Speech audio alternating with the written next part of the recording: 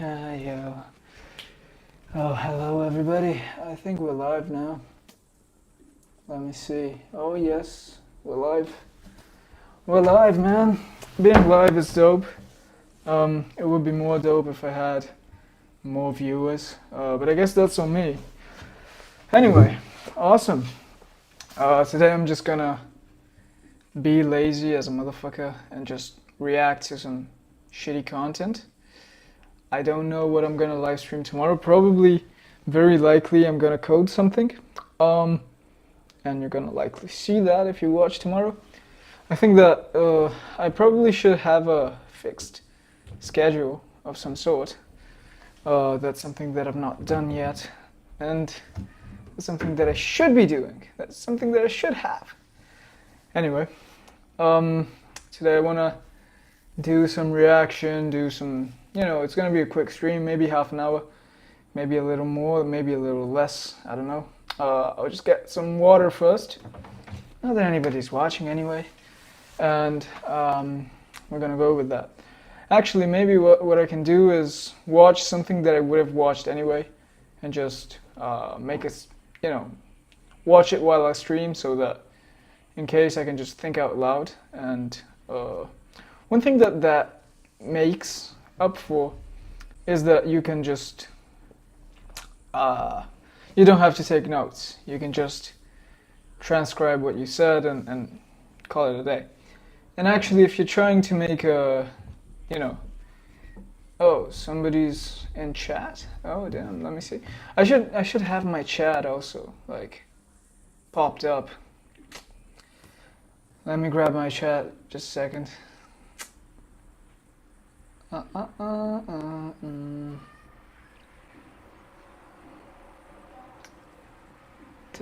da, da, now you got some, come on, do. Spin game. Now you get it. I'm still, probably the main thing that I've not done well is that, I fucking. Okay, I guess not. I don't know. Chat live. Oh, let me just hear one thing. Oh, is that I fucking. Okay, awesome. I think that's okay.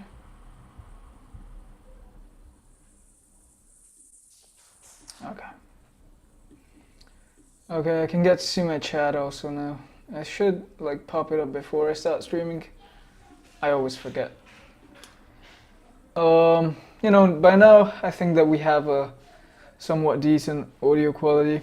I figured out how to stream and react and not lose audio quality, and the solution actually was pretty simpler than you might believe. It actually just took me to, well, not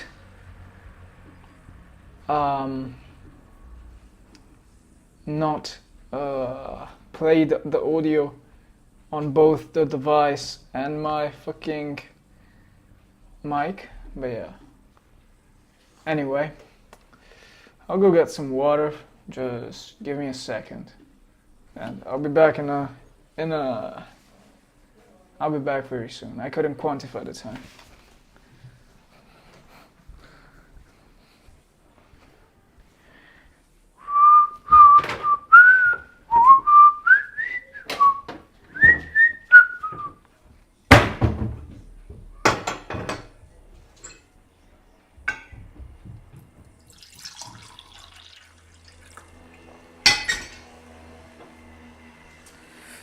Awesome, it's a noisy night.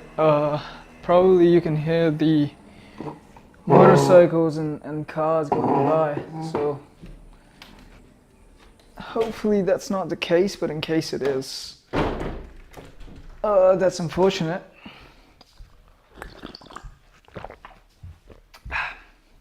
Okay. Now,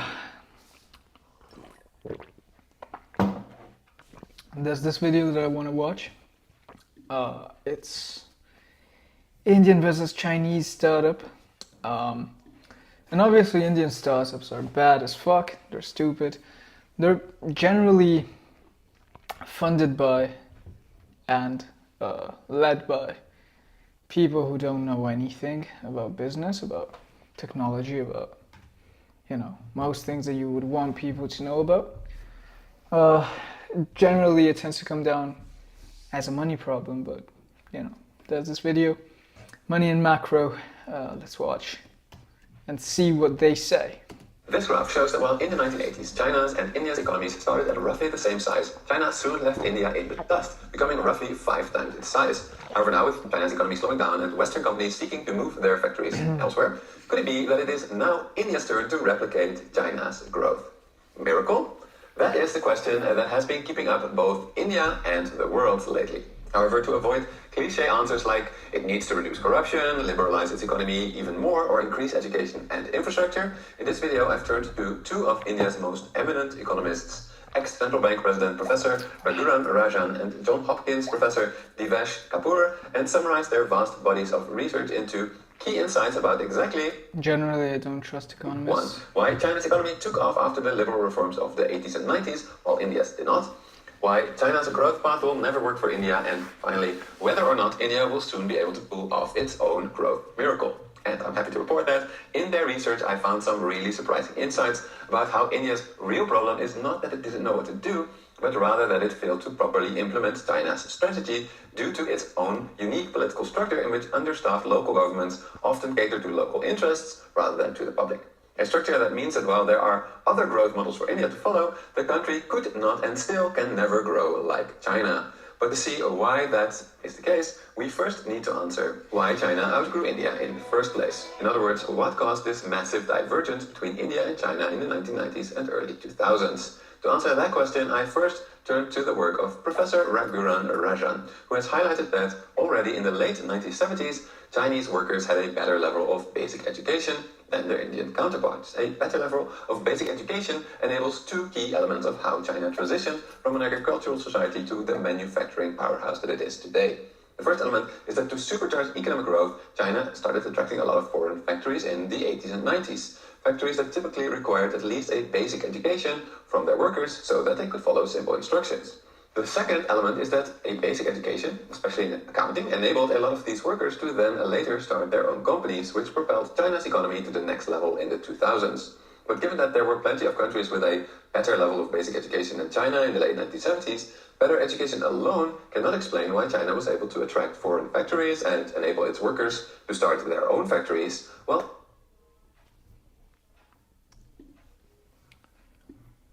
I can't stand this guy. I don't want to watch this video. To be honest, I've not been particularly fond of watching videos lately. It just feels like not the best way to consume information. Probably I won't be streaming reactions unless there is something really to react to, and there's nothing to react to this guy. It's just painful watching. And I know, painful watching is actually a good kind of entertainment, especially if layered with something else. But fuck, man, watching serious videos is just prohibitively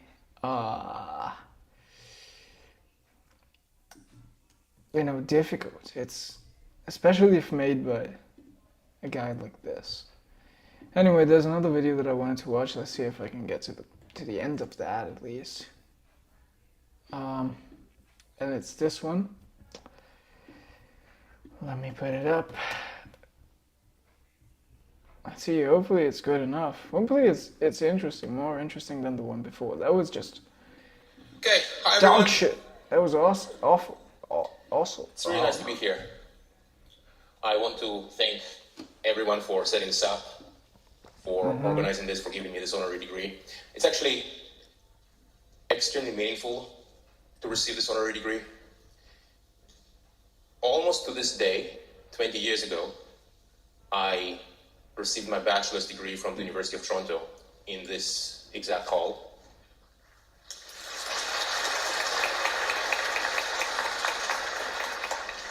And actually at this point now I have, this would be my 4th degree from the University of Toronto.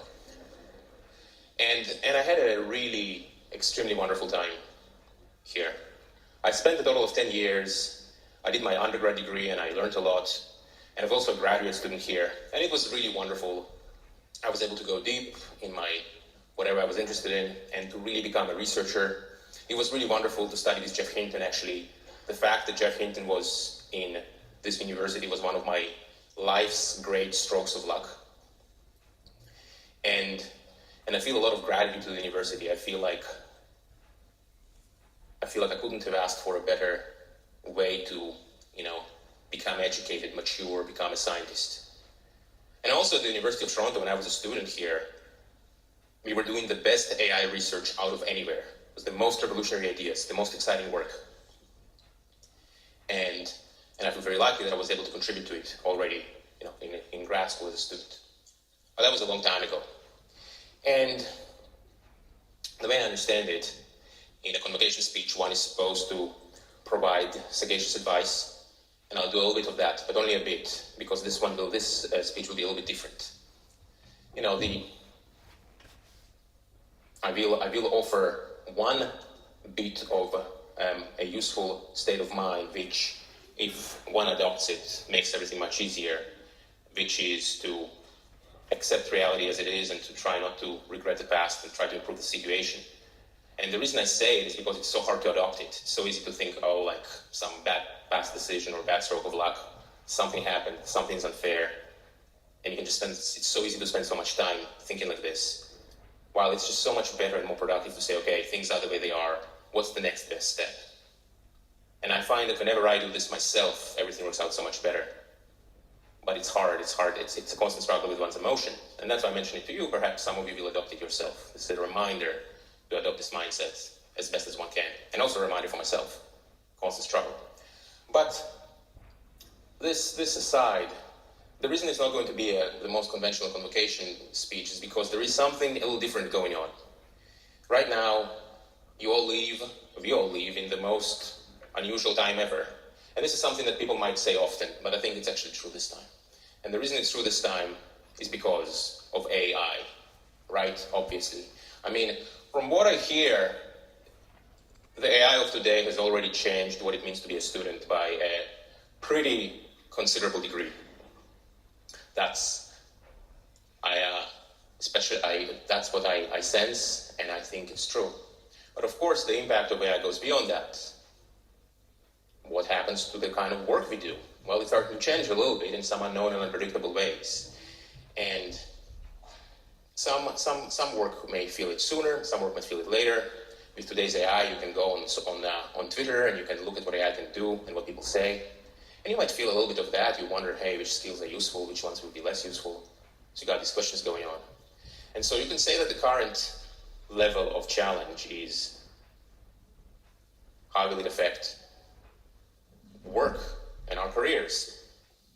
But the real challenge with AI is that it's really unprecedented and really extreme, and it's going to be very different in the future compared to the way it is today. Like, we've all seen AI, we've all spoken to a computer, and a computer has spoken back to us, which is a new thing. Computers would not do this in the past, but now they do. So you speak to a computer, and it understands you, and it speaks back to you, and it also does it in voice, and it writes some code. It's pretty crazy. But there are so many things it cannot do as well, and it's so deficient. So you can say it still needs to catch up on a lot of things.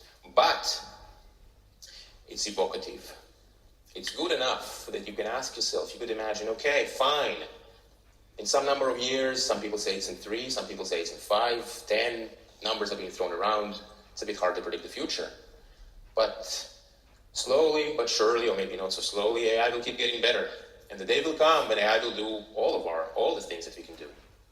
Not just some of them, but all of them. Anything which I can learn, anything which any one of you can learn, the AI could do as well. How do we know this, by the way? How can I be so sure? How can I be so sure of that? The reason is that all of us have a brain, and the brain is a biological computer. That's why. We have a brain, the brain is a biological computer. So why can't a digital brain do the same things? This is the one-sentence summary for why AI will be able to do all those things. Because we have a brain, and the brain is a biological computer. And so you can start asking yourselves, what's going to happen What's going to happen when computers can do all of our jobs, right? Those are really big questions. Those are dramatic questions. And right now, like you start thinking about it a little bit, you go, gosh, that's a little intense. But it's actually only part of the intensity. Because what's going to happen? What will we, the collective we, want to use these AIs for? Do more work, grow the economy, do R&D, do AI research, so then the rate of progress will become really extremely fast, for some time at least. These are such extreme things. These are such unimaginable things. So right now I'm trying to pull you into that a little bit, into this headspace of this really extreme and radical future that AI creates.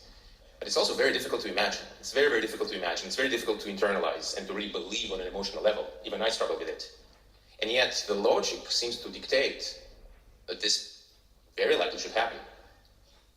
So what does one do in such a world?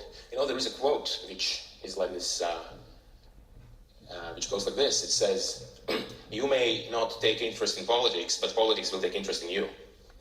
So the same applies to AI many times over. And in particular, I think that by simply using AI and looking at what the best AI of today can do, you get an intuition. You get an intuition. And as AI continues to improve in 1 year, in 2 years, in 3 years, the intuition will become stronger. And a lot of the things that we are talking about now, they will become much more real. They'll become less imaginary. In the end of the day, no amount of essays and explanations can compete with what we see with our own senses, with our own 2 eyes. And especially with AI, the very smart, super intelligent AI in the future, there will be very profound issues about making sure that they say what they say and not pretend to be something else. And I'm really condensing a lot into a small amount of information here, in time here. But overall, by simply looking at what AI can do, not ignoring it, when the time comes, that will generate the energy that's required to overcome the huge challenge that AI will pose. And the challenge that AI poses, in some sense, is the greatest challenge of humanity ever. And overcoming it will also bring the greatest reward. And in some sense, whether you like it or not, your life is going to be affected by AI to a great extent. And so looking at it, paying attention, and then generating the energy to solve the problems that will come up, that's going to be the main thing. And I'll stop here. Thank you so much.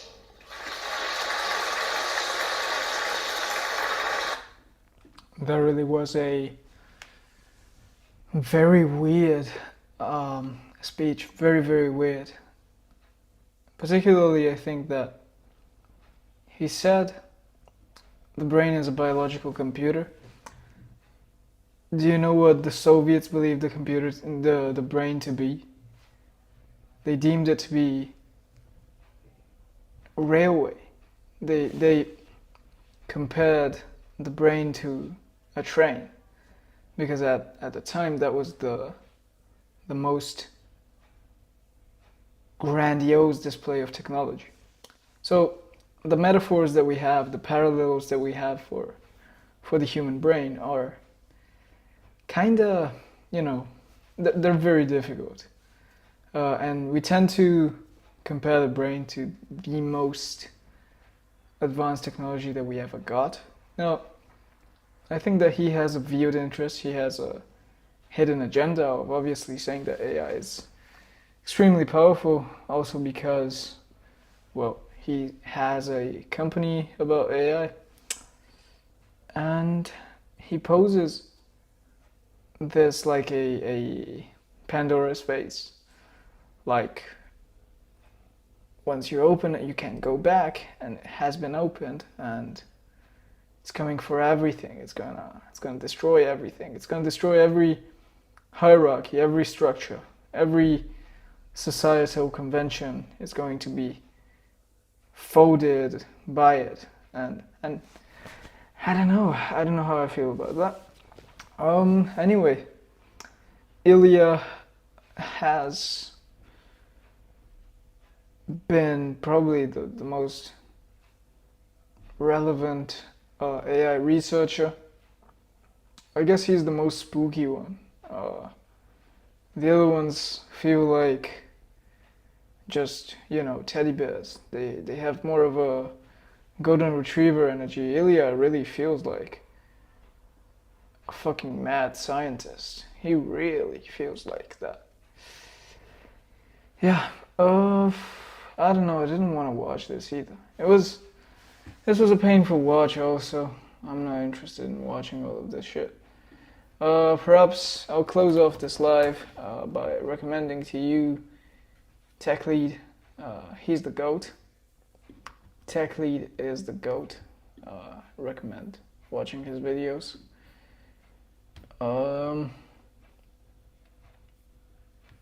This guy talking about his wife. What?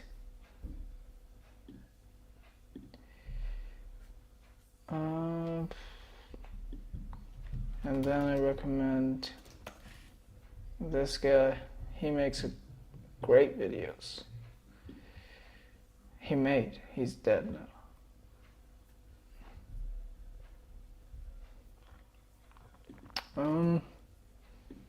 What else? I don't know, man. Now, there's one thing that I want to learn, and that is 3D modeling. And probably I'll do that live sometime, I guess. Okay, I think there's nothing to stream about today. So, I'll call it a day here.